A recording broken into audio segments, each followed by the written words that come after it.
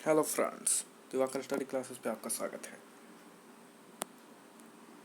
आज हम लोग शुरू करने जा रहे हैं सत्ता की साझेदारी, सामाजिक विज्ञान और सिविक्स का पहला चैप्टर। सत्ता की साझेदारी बहुत ही बेफायदी और फ़ायदेमंद सीरीज आपके लिए रिवीजन सीरीज लाए हैं दिवाकर स्टडी क्लासेस पे। केवल और केवल दिवाकर स्टडी क्लासेस पे आपके लिए ये सब हो रहा है, इसीलिए हमारे चैनल को सब्सक्राइब कीजिए, दिवाकर स्टडी क्लासेस को। सूर्य सा चमकते हैं इसलिए येलो कलर मैंने चूज किया। Okay then we have to start this chapter. इन नेक्स्ट 10 मिनट्स में यह चैप्टर फुल्ली कवर्ड हो जाएगा। इसके बाद एक और वीडियो आएगा जिसमें केवल और केवल इसके इम्पोर्टेंट क्वेश्चंस होंगे, very important VIPs। So let's start guys. चलिए आगे चलते हैं।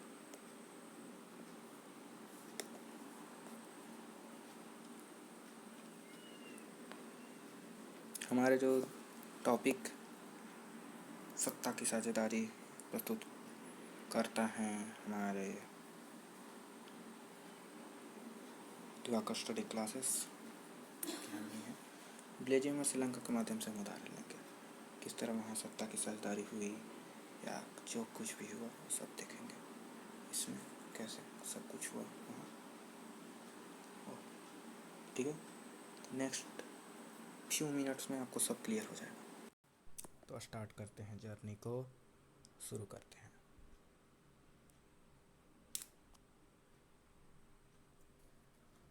नेक्स्ट टॉपिक यही है, कॉन्सेप्ट, बेसिक कॉन्सेप्ट्स के माध्यम से, फ्लो चार्ट के माध्यम से हम सब समझा देंगे आपको। चलिए तो शुरू करते हैं। बेल्जियम में किस तरह सत्ता की साझेदारी हुई और जो क्या कुछ हुआ सब की चीज़ जानेंगे। चलिए शुरू करते हैं बेल्जियम में सत्ता की साझेदारी। बेल्जियम एक प्यारा सा देश जो एक यूरोप का छोटा सा देश है। उसकी सीमा नीदरलैंड, फ्रांस और जर्मनी से लगती है। इन सबको समझने के लिए हमें थोड़ा चलना होगा यूरोप में, ताकि हम देखें कि क्या कुछ है हमारे यूरोप में। तो आइए चलते हैं, एक बार सैर करते हैं यूरोप का।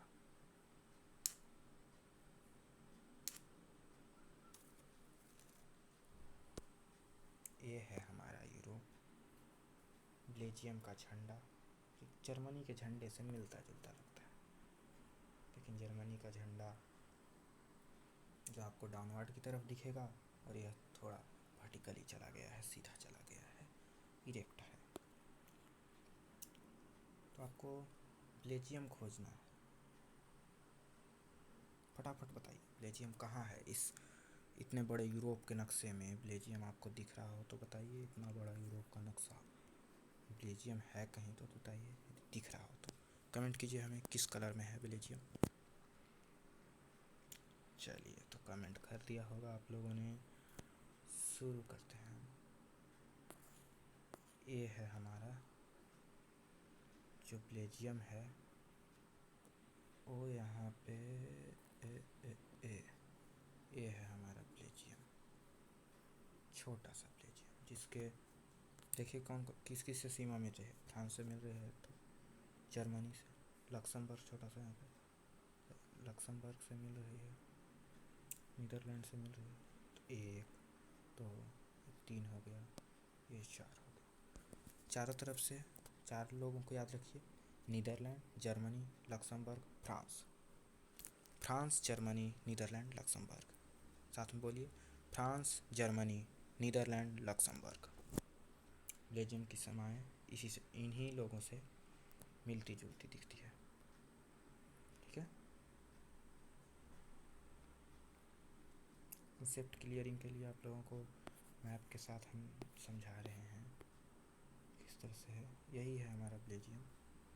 स्क्रीनशॉट ले सकते हैं फ्रांस के आसपास दिखने के लिए, जिसकी राजधानी यहाँ पे ब्रुसेल्स आपको दिख रही होगी। ये देखिए ब्रुसेल्स, यही है हमारा ब्रुसेल्स।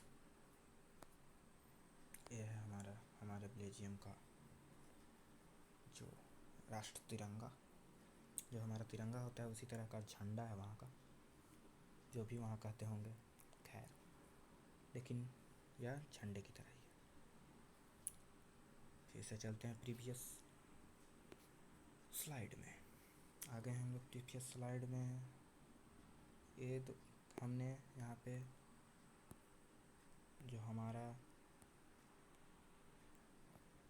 बेल्जियम था उसकी भौगोलिक स्थिति जान ली है, जियोग्राफिकल जो पोजीशन था उसे हम लोगों ने देख लिया है।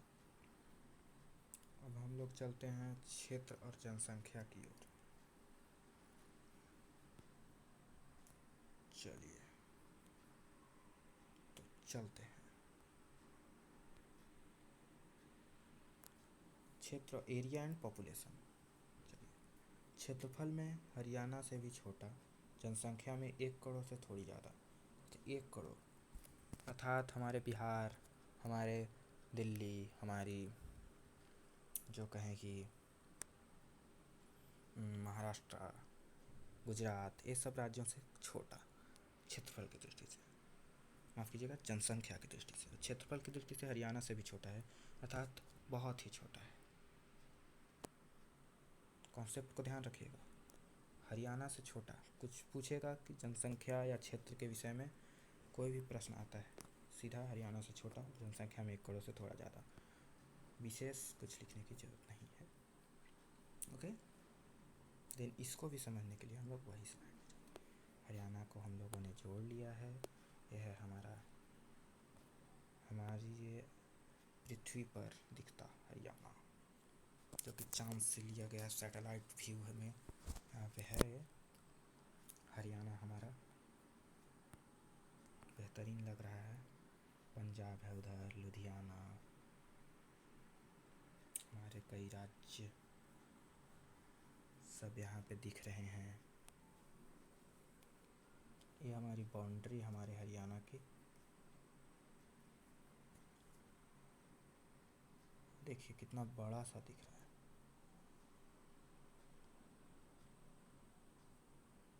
इतनी बड़ी स्थिति है इसकी हरियाणा की। यहाँ जब बेल्जियम की बात करें, बेल्जियम की जब बात करेंगे तो वह बहुत छोटा है, स्थिति उसकी नाजुक है। यूरोप में, एशिया में अच्छा स्थिति है। एशिया को देखने पर हमें हरियाणा दिखेगा अच्छा से, ठीक है।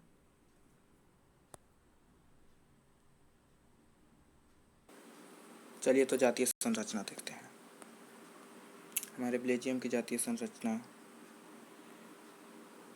59% डच भाषी हैं, 40% फ्रांसीसी भाषी और 1% जर्मन भाषी। याद रखिएगा 59, 40, 1। यदि याद नहीं रहे तो 59% डच भाषी केवल याद कर लीजिए और 1% जर्मन भाषी याद ही होगा।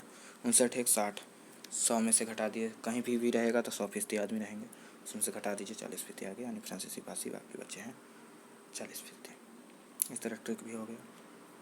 अब हमारी कैपिटल जो है उसकी वह है ब्रुसेल्स, जैसा कि आपको यहाँ पे दिखाया था हमने। ये जो हमारा ब्रुसेल्स है, ब्रुसेल्स जो आपको दिख रहा है ना, वही है इसकी कैपिटल। ओके, तो देखते हैं ब्रुसेल्स में कैसी स्थिति है। 80% फ्रेंच बोलने वाले हैं और 20% डच भाषा बोलने वाले हैं। तो यहाँ उल्टा स्थिति है, यहाँ पे नोट करके भी बताया गया है इसको क्या कुछ है। ब्रुसेल्स में डच भाषी लोग अल्पसंख्यक हैं, जो देश के बाकी हिस्सों में बहुसंख्यक हैं, लेकिन यहाँ अल्पसंख्यक दिख रहे हैं, ठीक है। चलिए, तो इसी के साथ हमारा जो बेल्जियम था, बेल्जियम का पूरा कॉन्सेप्ट खत्म होता है। आगे चलते हैं हम।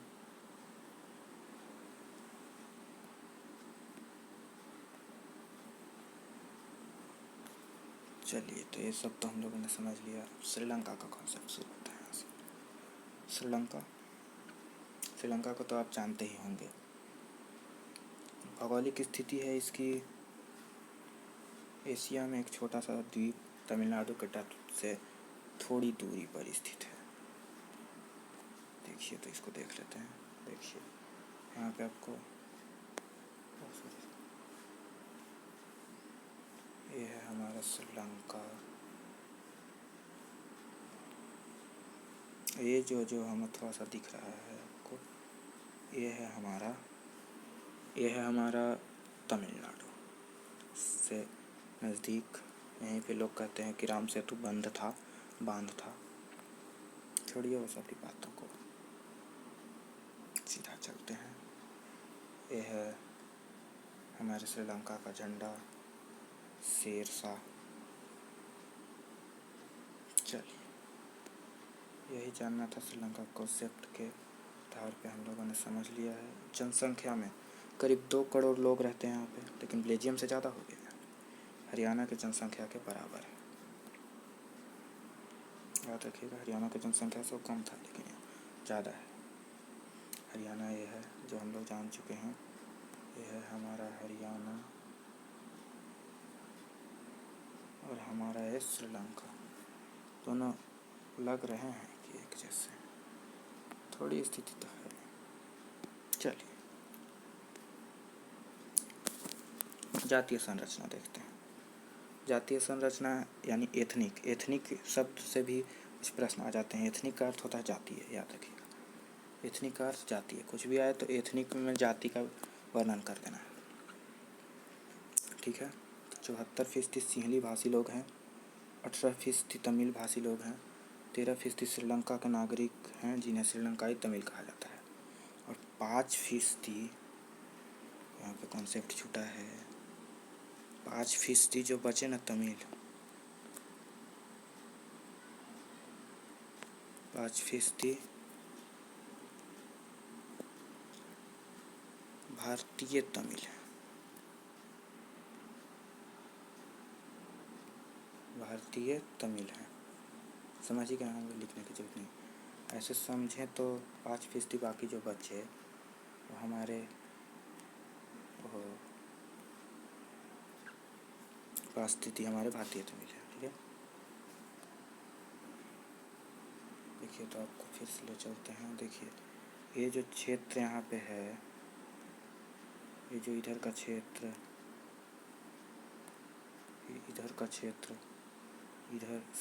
इधर क्षेत्रों पर तमिल की संख्या ज़्यादा है, लेकिन बाकी जो इधर ये सब क्षेत्र हैं यहाँ पे सिंहली ज़्यादा है, इसीलिए थोड़ी टकराव है। ज़्यादा कम की स्थिति होती है तो टकराव होगा ही। जैसे आप लोग भाई बहन में ज़्यादा कम के लिए लड़ते रहते होंगे। धर्म, अब श्रीलंका के धर्म के विषय में ज़्यादातर सिंहली भाषी लोग बौद्ध धर्मावलंबी हैं, जैसा कि आप देख सकते हैं यहाँ पे लिखा हुआ है। ज़्यादातर जो सिंहली भाषी लोग हैं वो बौद्ध धर्म को मानते हैं।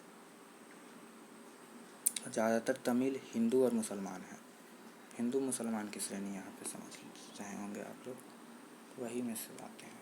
यहाँ पे नोट एक और है, यहाँ पे श्रीलंका में बहुसंख्यवाद का प्रश्न है तो ऐसे रट लीजिए, नहीं रटेंगे समझ लीजिए।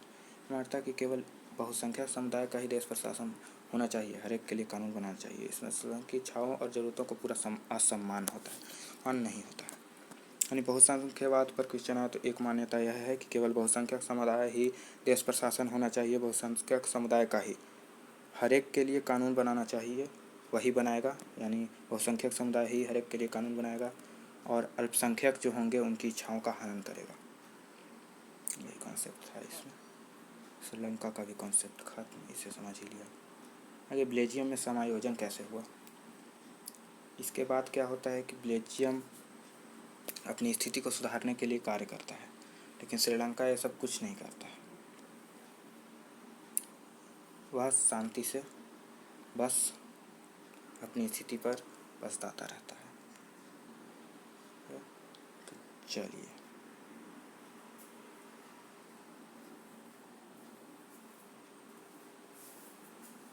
बेल्जियम का समायोजन पर समझते हैं। बेल्जियम में समायोजन अर्थात साझेदारी कैसे हुई। यहाँ पे है ही पार्टनरशिप, साझेदारी। तो केंद्र सरकार में डच भाषी और फ्रांसीसी भाषी मंत्रियों का समान संख्या, क्या किया गया कि जो संख्या रखी गई मतलब एक है, दूसरी ओर भी एक ही, मतलब एक डिप्टी प्राइम मिनिस्टर होगा तो एक और डिप्टी प्राइम मिनिस्टर डच भाषा से, एक फ्रांसीसी भाषी मंत्री होंगे। दो यानी दो लोगों की स्थिति बन गई। प्राइम मिनिस्टर दो, यानी सारी जो पदें होंगी वो दो होंगी, सारे मंत्री दो होंगे, सारे सांसद दो होंगे। ऐसे स्थिति आप समझ सकते हैं। खास कानूनों को अधिनियम बनने के लिए प्रत्येक भाषाई समूहों का बहुमत आवश्यक है।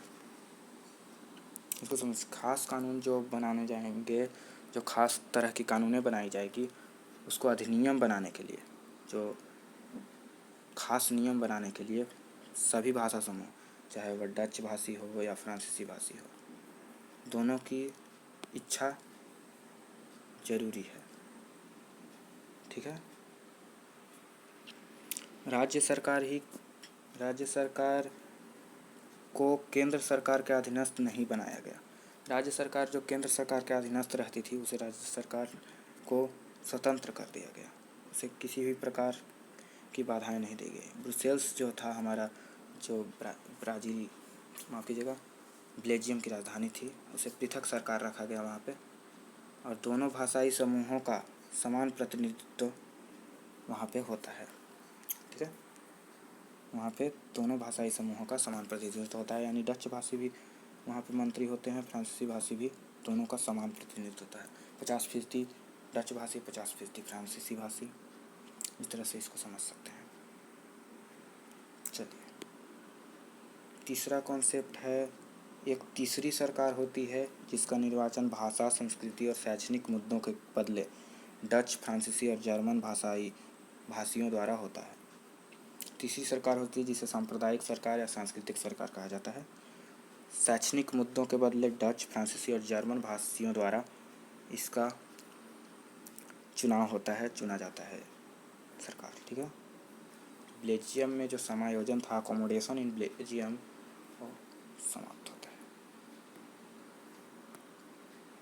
सत्ता की साझेदारी के दो कारण, वेरी इंपॉर्टेंट प्रॉब्लम यहाँ पे है। सत्ता की साझेदारी के दो कारण जो सत्ता को वांछनीय बताते हैं। पहला कारण है विवेकपूर्ण कारण जो होगा, जिसको हम लोग कहते हैं युक्तिपरक कारण, युक्तिपरक जिसको कहते हैं। आमतौर पर विभिन्न बुक में भी आपको युक्तिपरक ही मिलेगा। ठीक है। विभिन्न सामाजिक समूहों के बीच टकराव की संभावना घट जाती है। टकरावों से हिंसा, राजनीतिक अस्थिरता उत्पन्न होती है। इनका कहना है कि विभिन्न सामाजिक समूहों के बीच टकराव की संभावना घट जाएगी सत्ता की साझेदारी से। सामाजिक टकरावों से हिंसा, राजनीतिक अस्थिरता उत्पन्न होती है जो नहीं होगी। वह विभिन्न समूहों को अपनी सत्ता बढ़ाने के लालच से अपने अधिकारों का अतिक्रमण करने से रोकता है। जो सत्ता की साझेदारी है वो रोकेगा अतिक्रमण करने से, लालच बढ़ाने से सत्ता की। कोई भी एकल समूह संवैधानिक सत्ता साझेदारी को उथल पुथल नहीं कर सकता है सत्ता साझेदारी के माध्यम से। जब सत्ता साझेदारी नहीं होती है तब अल्पसंख्यक यहाँ तक बहुसंख्यक का भी दमन होता है। ये कहना है हमारे युक्तिपरक लोगों का, यानी विवेकपूर्ण लोगों का, जो विवेक के साथ हैं, नैतिक, जो मोरल लोग हैं, सोच विचार करके बोलने वाले लोग हैं, वो लोग क्या कहते हैं, उनका क्या कारण है। लोकतंत्र की भावना सत्ता साझेदारी का आवाहन करती है। अर्थात ये समझिए कि लोकतंत्र की भावना जो है सत्ता की साझेदारी की आत्मा है। जो लोग नीतियों से प्रभावित होते हैं उनका उन नीतियों को आकार प्रदान करने में अवश्य ही हाथ होना चाहिए। जिससे प्रभावित हैं उनका नीतियों को लागू करने में अवश्य हाथ होना चाहिए, यही कहना है। नागरिकों की सहभागिता अनिवार्य है। नैतिक कारण सत्ता साझेदारी को अनिवार्य एवं मूल्यवान बनाता है। यही सब थे। इन सबको अच्छे से समझ लीजिएगा, पढ़ लीजिएगा। सबका PDF भी आपको मिलेगा, इतना की बात नहीं है। तो इसी तरह हमारे सत्ता की साझेदारी के कारण थे वो भी संपूर्ण होते हैं। जो युक्तिपरक कारण, जिसे विवेकपूर्ण यहाँ पे कहा गया, और फिर हमारा नैतिकता, जो नैतिक कारण था नैतिकता का, वो कारण दोनों संपूर्ण हुए। चलिए, सत्ता की इन विभिन्न वर्गों द्वारा साझेदारी होती है। जो विभिन्न वर्ग थे सत्ता के, विभिन्न वर्गों द्वारा साझेदारी, सामाजिक आंदोलनों द्वारा, सरकार के विभिन्न अंगों द्वारा, दबाव समूहों द्वारा, दलों द्वारा, विभिन्न सामाजिक समूहों द्वारा, विभिन्न स्तरों पर सरकारों के बीच जो वर्गों द्वारा साझेदारी होती है, जो सरकारों के बीच जो साझेदारी होती है, उन सभी के विषय में बात किया गया। सरकार को कानून को बदलने के लिए बाध्य करता है।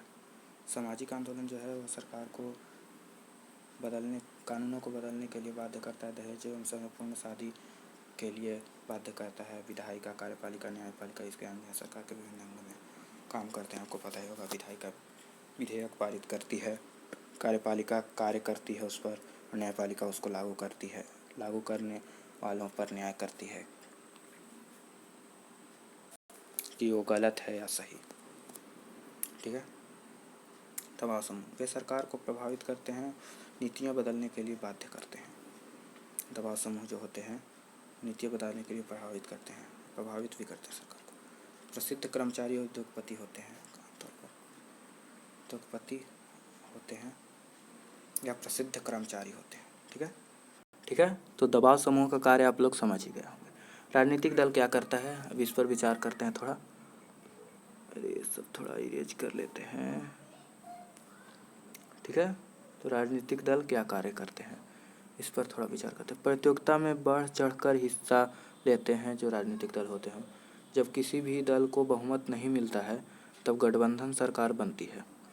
जब किसी दल को मतलब कि इस पार्टी है, ये पार्टी है, ये दोनों में किसी को भी गठबंधन नहीं मिलता है, अर्थात 22 सीटें हैं, एक को 10 सीट मिली, दूसरे को 8 सीट मिली, एक दूसरा जो है उसको 3 सीट और एक निर्दलीय खड़ा हुआ था, एक जो निर्दलीय खड़ा हुआ था उसको 1 सीट मिल गई।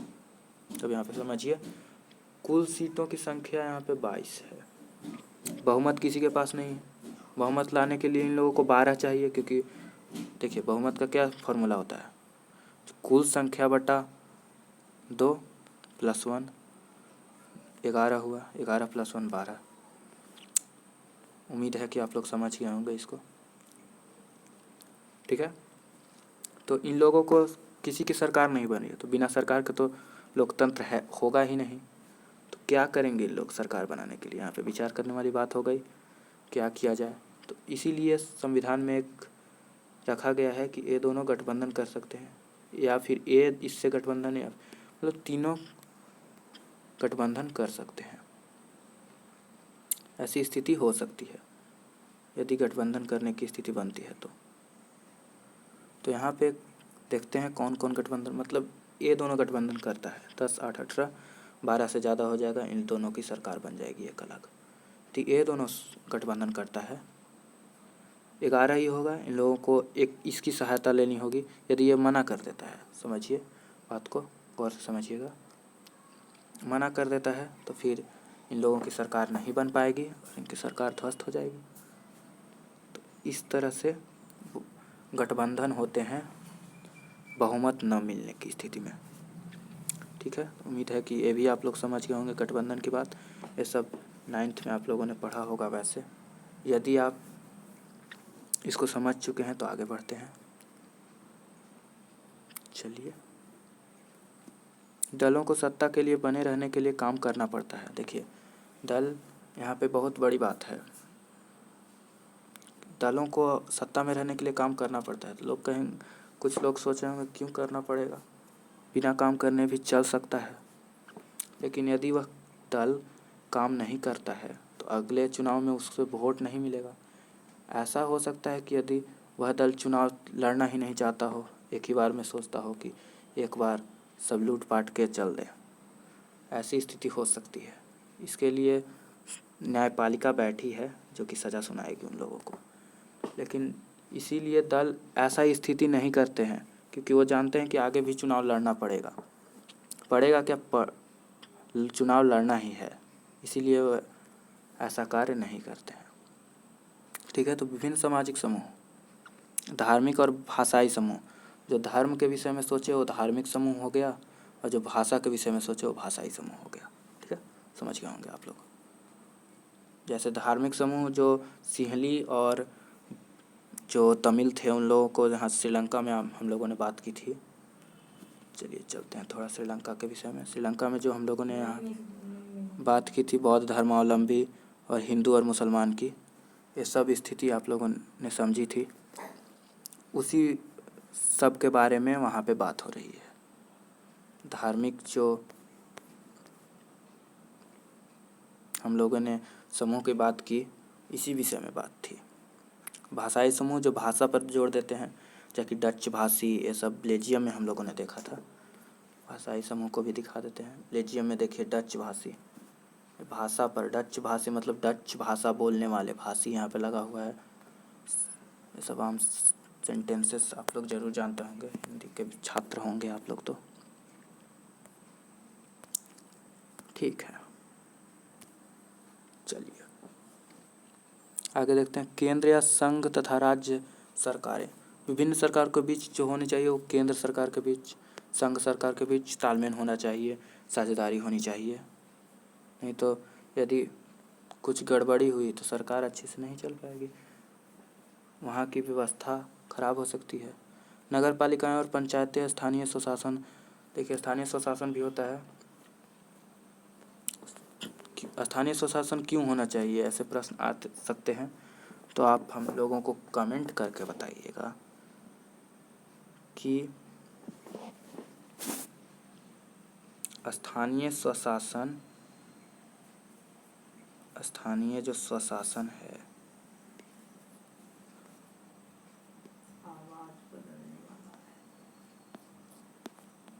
स्थानीय स्वशासन की क्या आवश्यकताएं हैं, कि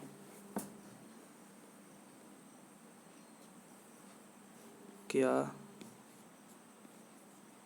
आवश्यकताएं हैं।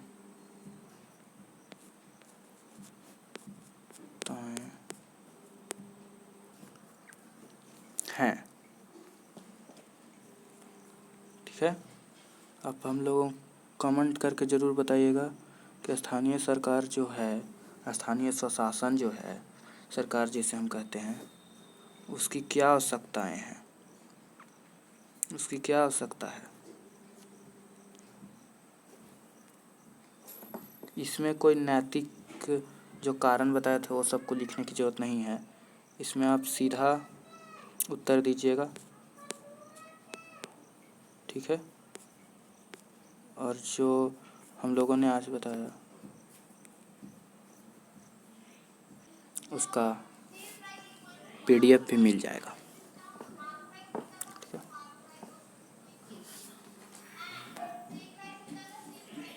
HW है, ये जो क्वेश्चन स्थानीय स्वशासन की क्या आवश्यकताएं हैं, ये हमारा HW है। ठीक है, कोई भी डाउट हो तो आप कमेंट में हमसे पूछ सकते हैं, कमेंट करें। ठीक है, सो लास्ट टॉपिक जिसमें हम श्रीलंका के विषय में जानेंगे। हम लोगों ने बेल्जियम के विषय में जाना कि बेल्जियम में क्या क्या हुआ, अब हम लोग श्रीलंका के विषय में जानेंगे। ठीक है, थोड़ी सी परेशानी होगी क्योंकि बगल में दूसरी क्लास चल रही है।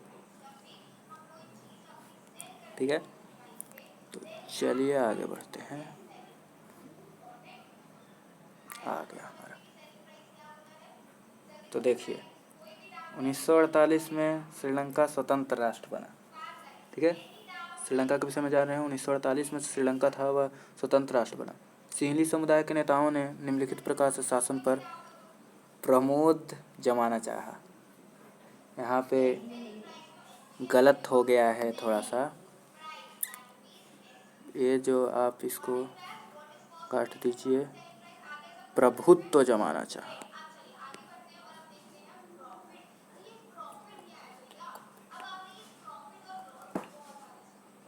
प्रभुत्व जमाना चाहा। ठीक है, तो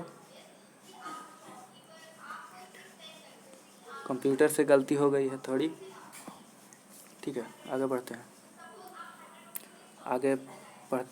1956 में एक कानून बनाया गया जिसके तहत तमिल को दरकिनार करके सिंहली को एकमात्र राजभाषा घोषित किया गया। इसको आप लोग थोड़ा याद कर लीजिए कब किया गया। 1956 में यह कार्य हुआ जब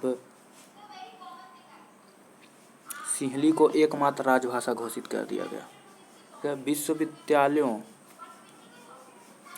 विश्वविद्यालयों यहाँ पे कॉमा होगा, सरकारी नौकरियों में शैलियों को प्राथमिकता देने की नीति भी चली। नौकरियों में शैलियों को, यहाँ पे गलती हो गई है फिर से, क्या कैसी गलतियाँ कर देते हैं यार ये सब।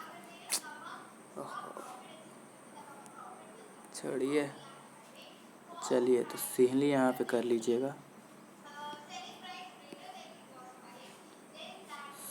सिंहलियों, ठीक है, सिंहलियों की प्राथमिकता दिया गया।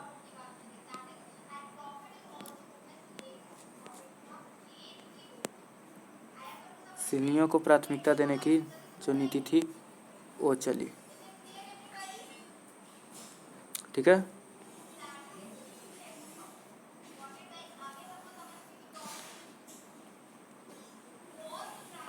सिंहलियों को प्राथमिकता देने की नीति चली। नए संविधान में बौद्ध मत के संरक्षण एवं बढ़ावा देने का प्रावधान किया गया। नया जो संविधान था उसमें बौद्ध मत के संरक्षण एवं बौद्ध मत को बढ़ावा देने का कार्य चला, ठीक है। तो ध्यान रखिएगा, जो गलतियां हम लोगों से हुई थी उन लोगों पर जब PDF आए तो वहाँ पे वो सब ध्यान में रख कर ही पढ़िएगा। ओहो, क्या मुसीबत है यार,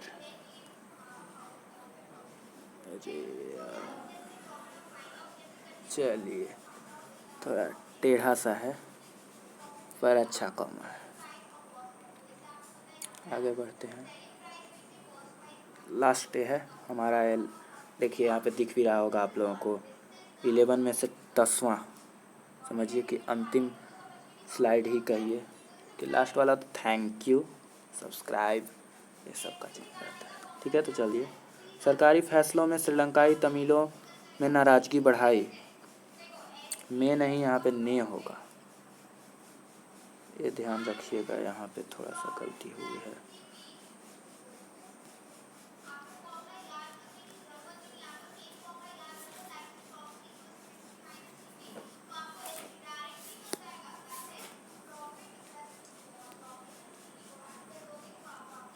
देखिए, ये जो में है उसके जगह पर ने कर लीजिएगा, ठीक है।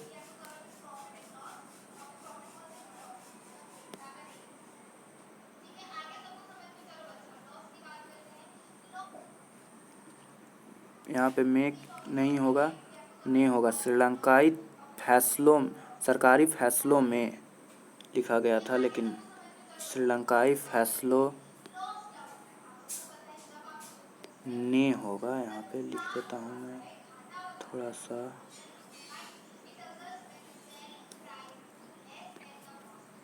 यार तुम लोग ही लिख लेना। चलिए, सरकारी फैसलों ने, जैसा कि मैंने बताया है, सरकारी फैसलों ने लिख लेना है। यहाँ पे ने से तो लिखा ही नहीं जा रहा है। सरकारी फैसलों ने श्रीलंकाई तमिलों में नाराज़गी बढ़ाई। उन्हें लगा कि बहुत धर्मावलंबी राजनीतिक पार्टियां, कितनी गलतियां की हैं, उफ। बहुत भी यहाँ पे नहीं होगा, यहाँ पे होगा हमारा बौद्ध। क्या होगा?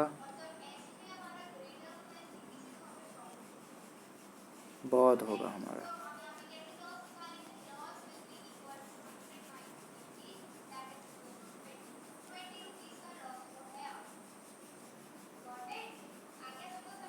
ठीक है, यहाँ पे बौद्ध होगा।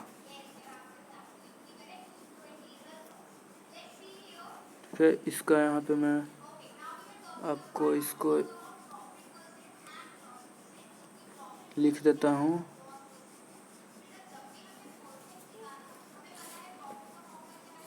बौद्ध होगा, ठीक है। बौद्ध धर्मावलंबी राजनीतिक पार्टियाँ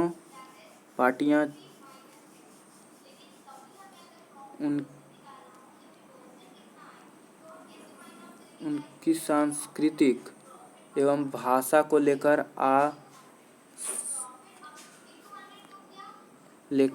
संवेदनशील हैं। लेकर संवेदनशील हैं। आ को भी यहाँ से हटा लीजिए, गलतियों का भंडारा है यहाँ पे। थोड़ा सा माफ़ कीजिएगा, बहुत सारी गलतियाँ हुई हैं। इसीलिए उन्होंने अपनी पार्टियाँ बनाई और तमिल को राजभाषा बनाने क्षत्रिय, यहाँ पे क्षत्रिय को क्षत्रिय कर दिया। महाभारत का युद्ध चल रहा है, जो क्षत्रिय और सूत ये सब लेकर आ गए जातियों के नाम। इसको भी हटा लीजिएगा। पीडीएफ में इसका पीडीएफ जो आपको मिलेगा उसमें सब ध्यान देकर दिया जाएगा, तो उसमें चिंता की बात नहीं करनी है। सत्ता पाने एवं समान अवसरों की मांग को लेकर संघर्ष किया। जो सरकारी फैसलों ने श्रीलंकाई तमिलों में नाराजगी तो थी, उसे बढ़ा दिया और धर्मावलंबी राजनीतिक पार्टियां उनकी सांस्कृतिक एवं भाषा को लेकर संवेदनशील हैं ऐसा सोचने लगे। उनको नाराजगी बढ़ाया, उन्हें लगा कि जो राजनीतिक पार्टियां उन्हें असंवेदनशील हैं। संवेदनशील नहीं होना चाहिए, असंवेदनशील है। एक और गलती,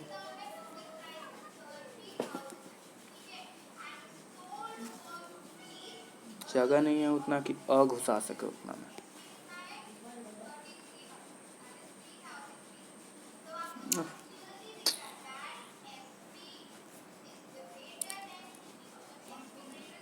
ये जो संवेदनशील है वो असंवेदनशील है, असंवेदनशील है, ठीक है ना।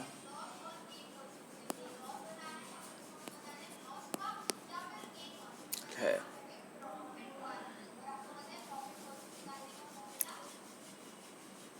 इसीलिए उन्होंने अपनी पार्टियां बनाई और तमिल को राजभाषा बनाने, सत्ता पाने एवं समान अवसरों की मांग को लेकर संघर्ष किया। संघर्ष जो चला इन्हीं सब मांगों को लेकर चला। यहाँ पे भी गलती है, केवल गलती हो रही है कुछ लोग यहाँ पे जो क्लासेस चल रहे हैं उनसे डिस्टर्ब भी हो रही है मुझे।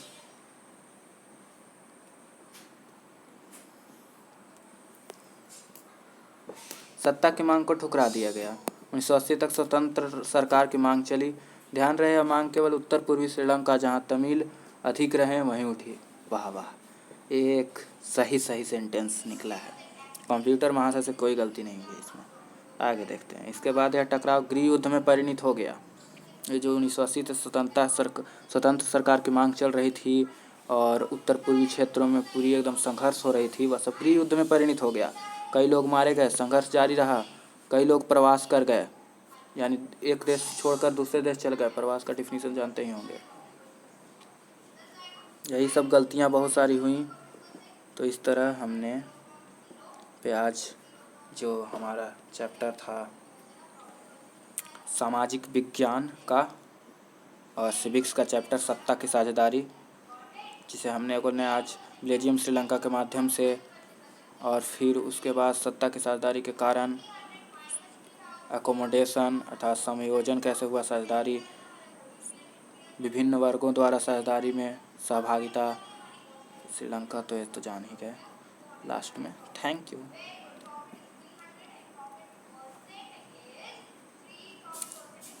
Subscribe our channel. Subscribe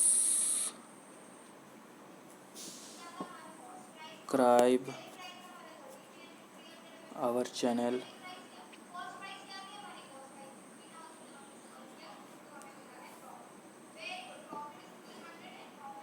subscribe our channel.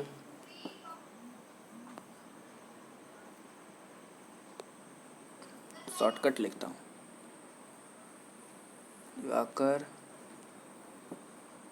Study classes, DSC हमारा शॉर्टकट है, DSC दिवाकर स्टडी क्लासेस। तो सब्सक्राइब कीजिए इस चैनल को और बेल आइकन को दबाना बिल्कुल मत भूलें कि जो हम नए नए वीडियोस डालेंगे आपके लिए वो सब आप तक पहुंच सकें। इसके लिए बेल आइकन को ज़रूर दबा लें, ठीक है ना। और आगे भी हम दूसरे लेसन का, बाकी जो ज्योग्राफी का आदि बहुत सारे चैप्टरों का हम इस तरह के फटाफट रिवीजन वाले वीडियोज ला रहे हैं। तो बेल आइकन ज़रूरी है, इसीलिए मैंने बेल आइकन का थोड़ा उटपटांग सा चित्र लेकिन अच्छा ना दिया। इस पर क्लिक ज़रूर करें, तभी हमें आप लोगों से जुड़ने में हमें सहूलियत होगी। तो थैंक यू, सब्सक्राइब कीजिए हमारे चैनल को फॉर मोर अपडेट्स। लाइक कीजिए, इस वीडियो को लाइक करना ना भूलें। पिछली बार बहुत कम लाइक्स आई थी, बहुत बुरा लगा था हमें। इस बार थोड़ी लाइक ज़्यादा होनी चाहिए। तो लगभग हम लोगों ने इसे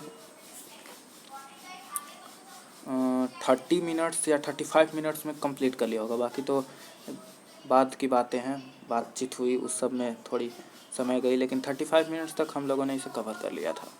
अर्थात 35 मिनट्स में हमने इस लेसन को कंप्लीट कर लिया है। दूसरा लेसन थोड़ा लंबा खिंच सकता है, इसलिए 40 मिनट्स में वो कंप्लीट हो जाएगा और बाकी फिर आगे के चैप्टर्स भी ख़त्म होंगे।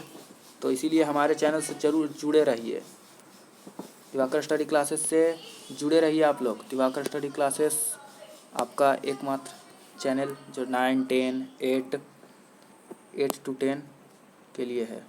एक नया चैनल भी हम लोग लॉन्च करने वाले हैं।